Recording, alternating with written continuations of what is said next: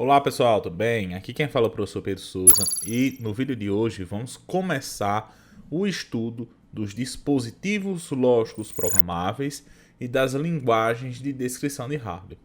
Para entender os dispositivos lógicos programáveis e as linguagens de descrição de hardware, a primeira coisa que a gente tem que entender é implementação física de circuitos digitais.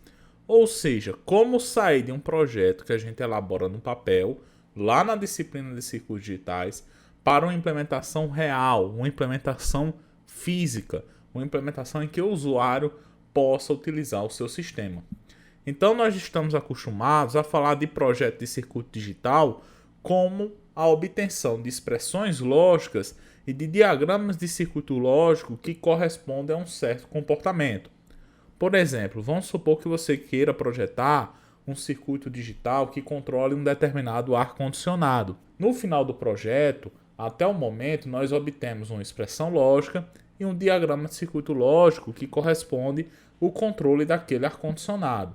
Todavia, na prática, nós desejamos implementar um circuito digital que realiza aquele controle do ar-condicionado. Então, a questão que surge é como a partir das representações que a gente já conhece, que no caso são as expressões lógicas e os diagramas de circuito lógicos, como é que a gente pode gerar um circuito físico, ou seja, um circuito real, que realize aquelas determinadas funções. Então, o que nós queremos sair é de um projeto de circuito digital em que a gente tem um determinado diagrama de circuito lógico, uma determinada expressão lógica, e nós queremos obter uma implementação física, um circuito real que realize aquela função desejada. Para isso, nós temos vários métodos possíveis de projeto. Alguns métodos que vão ser abordados aqui nesse curso são a utilização de circuitos integrados de lógica padrão, que a gente chama de Standard Logic, circuitos integrados totalmente customizáveis, que a gente chama de Full Custom IC, circuitos integrados específicos para aplicação, que a gente chama da sigla em inglês ASIC, e os dispositivos lógicos programáveis, que são os PLDs da sigla em inglês, que é o grande foco do nosso curso. Em particular, os dispositivos lógicos programáveis podem ser divididos em três classes, sendo elas os dispositivos lógicos programáveis simples, que são os SPLDs, os dispositivos lógicos programáveis complexos, que são CPLDs, e o arranjo de matriz de portas programáveis em um campo, que são as FPGAs. Sempre lembrando que essas siglas referem-se ao acrônimo em inglês. O foco do nosso curso vai ser em particular nas FPGAs, mas os conceitos abordados aqui durante o curso também vão servir para os CPLDs. Porque como a gente vai demonstrar mais à frente, os CPLDs e as FPGAs guardam algumas semelhanças entre si. E para isso vamos começar a falar dos CIs de lógica padrão, que são os CIs de Standard Logic. Nesse caso, nós vamos pegar circuitos integrados.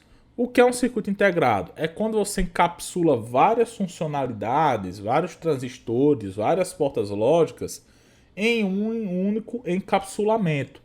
No caso, quando a gente está implementando circuitos digitais utilizando CIs de lógica padrão, nós vamos utilizar circuitos integrados, ou seja, CIs, que contêm internamente um conjunto de portas lógicas ou um conjunto de componentes. Por exemplo, eu vou pegar um circuito integrado que contenha portas lógicas do tipo AND, ou um circuito integrado que contenha portas lógicas do tipo OR. Ou ainda eu posso pegar um circuito integrado que dentro dele já tem um circuito somador, ou que já tem um circuito subtrador, e assim por diante. Então eu vou ter esse conjunto de circuitos integrados que dentro dele já tem algumas funcionalidades pré-definidas e pré-fabricadas. Por exemplo, um desses circuitos integrados é o circuito integrado de referência 7408, que consiste em 4 portas do tipo AND, em que cada uma dessas portas tem 2 entradas. Então aí no slide vocês veem a figura do circuito integrado 7408 e dentro desse circuito integrado nós temos 4 portas lógicas AND de 2 entradas. Então cada um desses pininhos do circuito integrado vai corresponder a alguma funcionalidade. Por exemplo, o pino I1 corresponde à primeira entrada da porta lógica AND. O pino I2 corresponde à segunda entrada da porta lógica AND. E o pino I3 corresponde à saída da primeira porta lógica AND. E assim por diante. Essa informação de como está composto internamente o seu circuito integrado, você consegue a partir de um documento que a gente chama de datasheet do circuito integrado. Além disso, o circuito integrado requer a alimentação. Então você vai ter dois pinos, que são o pino VCC e o pino GND. No caso aí do circuito integrado 7408, corresponde aos pinos I14 e ao pino I7, que esses pinos vão ser ligados respectivamente no positivo e no negativo da sua fonte. Então você vai ter vários circuitos integrados em que cada um desses circuitos integrados vão implementar portas lógicas, vão implementar funções já pré-definidas como somadores, subtradores, multiplexadores e assim por diante. A questão é como é que a gente pode construir um circuito digital utilizando circuitos integrados de lógica padrão, o Standard Logic. Nesse caso, basta a gente colocar os circuitos integrados em uma placa de montagem ou uma placa de circuito impresso e realizar as ligações entre os circuitos integrados. Então vamos supor que eu queira implementar esse determinado circuito digital que está apresentado aí no slide. No caso, o circuito digital, ele tem as entradas K, PS e a saída W.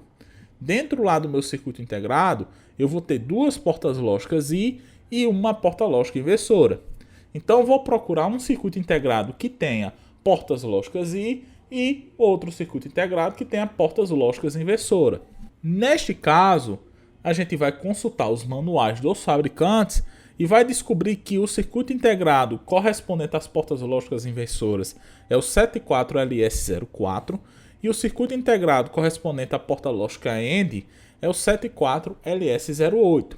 Então vou pegar esses dois circuitos integrados, vou colocar numa placa de montagem, por exemplo, uma protoboard, ou numa placa de circuito impresso e vou realizar as ligações entre esses circuitos integrados. Então, por exemplo, nesse caso, eu posso fazer o seguinte. Note que minha entrada S vai entrar em um inversor. E eu tenho lá no 74LS04 6 inversores. Então, vou utilizar um desses inversores para implementar essa operação de inversão que tenho lá no meu circuito digital. Então, por exemplo, eu vou pegar minha entrada S e aplicar na entrada I1 do meu circuito integrado 74LS04. No pino I2, eu vou ter justamente a saída S negado. E veja que essa saída S negado, ela vai ser ligado em outra porta lógica AND. Então, eu vou fazer uma ligação do pino I2 com uma das entradas das portas lógicas AND do outro circuito integrado, no caso o 74LS08. Então eu vou fazer essa ligação. No caso, eu vou fazer a ligação do pino I2 do 74LS04 para o pino I5 do 74LS08. Neste caso, isso corresponde a esta ligação que eu estou destacando aqui no slide. Um próximo passo seria eu pegar as minhas entradas K e P e ligar numa porta lógica I. Isso eu posso fazer utilizando outra porta lógica I do meu circuito 74LS08. Então eu vou pegar minhas entradas K e P e ligar nas entradas I1 e I2 do meu 74LS08. No meu pino I3, no caso, eu vou ter essa saída, que é a saída N. E essa saída N eu vou ligar na outra porta lógica I, que no caso é essa porta lógica I, já que é essa porta lógica I que recebe o resultado de S negado, que está aqui. Então eu vou ligar o pino I3 com o pino I4. Vou fazer essa ligação. Essa ligação é justamente essa ligação que está destacada aqui no slide. Por fim, no pino I6, eu vou ter essa saída aqui, que é a saída W do meu circuito. Então, lá no meu pino I6, eu vou ter a minha saída W. Então, veja aí no slide que a partir da ligação entre esses circuitos integrados 74LS08 e o 74LS04, eu consegui implementar o circuito digital requisitado. Então, a montagem com CI de lógica padrão é uma montagem muito simples de ser entendida. Vamos detalhar agora as vantagens e as desvantagens dessa forma de implementação de circuitos digitais. A principal vantagem da implementação de circuitos digitais utilizando CIs de lógica padrão é que ela é a forma mais lógica possível e a mais básica possível de montar circuitos. Ela basicamente consiste em pegar os circuitos, colocar na placa de montagem, lá na protoboard ou no circuito impresso e realizar as ligações. Em contrapartida, a implementação utilizando CIs de lógica padrão tem uma série de desvantagens. Para entender essas desvantagens, basta ver essa figura, que é uma figura de uma montagem típica utilizando CIs de lógica padrão em uma protoboard. Veja a desorganização dessa montagem. E, de fato, em muitas montagens utilizando CIs de lógica padrão, a montagem vai ser bem parecida com essa que está apresentado aí no slide. Então, analisando essa figura, nós conseguimos elencar algumas desvantagens. A primeira é que ela requer muito espaço, já que você vai ter que utilizar, para circuitos maiores, uma maior quantidade de circuitos integrados, já que quanto maior o circuito, maior a quantidade de componentes que ele vai requisitar, e quanto maior a quantidade de componentes, maior é a quantidade de circuitos integrados que vão ser necessários para implementar aquele circuito digital. Quanto mais circuitos integrados você vai precisar, maior vai ficar a sua implementação física. Outra desvantagem é o alto custo de alimentação dessa forma de implementação. Cada circuitozinho integrado desse vai precisar de uma alimentação positiva e uma negativa. E cada circuitozinho integrado desse vai consumir corrente. Além disso, existe até perda de corrente nas próprias conexões entre os circuitos integrados. E você tem muitas conexões entre os circuitos integrados. Então, como você tem muitos circuitos integrados associado a muitas conexões entre esses circuitos integrados, você tem um alto consumo de energia. E, evidentemente, em algumas aplicações que funcionam em bateria, esse alto consumo de energia pode tornar a aplicação completamente inviável. Outra desvantagem é a documentação complexa. Veja e analise esse circuito implementado em uma protoboard. Não dá para entender como ele funciona. E, de fato, os circuitos digitais implementados na forma de lógica padrão, CIs de lógica padrão, é muito difícil de serem documentados. E para piorar, se der algum problema nesse circuito integrado, por alguma conexão ou por algum circuito integrado que queimou, também é muito difícil diagnosticar qual é o problema exato nesse tipo de montagem. Outra desvantagem é que circuitos mais complexos, eles vão sendo cada vez mais difíceis de serem montados, porque vai precisar cada vez mais de componentes, cada vez mais de circuitos integrados e de cada vez mais conexões, tornando a montagem muito tediosa. Por fim, se você tiver um projeto de média e alta complexidade para ser montado, utilizar circuitos integrados de lógica padrão vai fazer com que o projeto encareça bastante, porque você vai ter mais circuitos integrados e, embora os circuitos integrados de lógica padrão sejam baratos, porque eles são simples e são produzidos em grande escala, mas você vai ter muitos circuitos integrados. E quanto mais circuitos integrados, embora cada CI seja baratinho, mas quando você soma vários circuitos integrados baratinhos, você tem um custo final muito alto. Então, pessoal, por hoje nós ficamos por aqui. Na aula de hoje, começamos a estudar a implementação física de circuitos digitais, falando especificamente dos circuitos integrados de lógica padrão.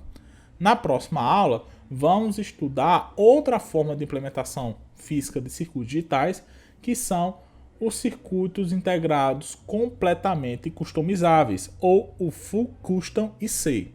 Então, conto com todos, espero que fiquem bem e até a próxima.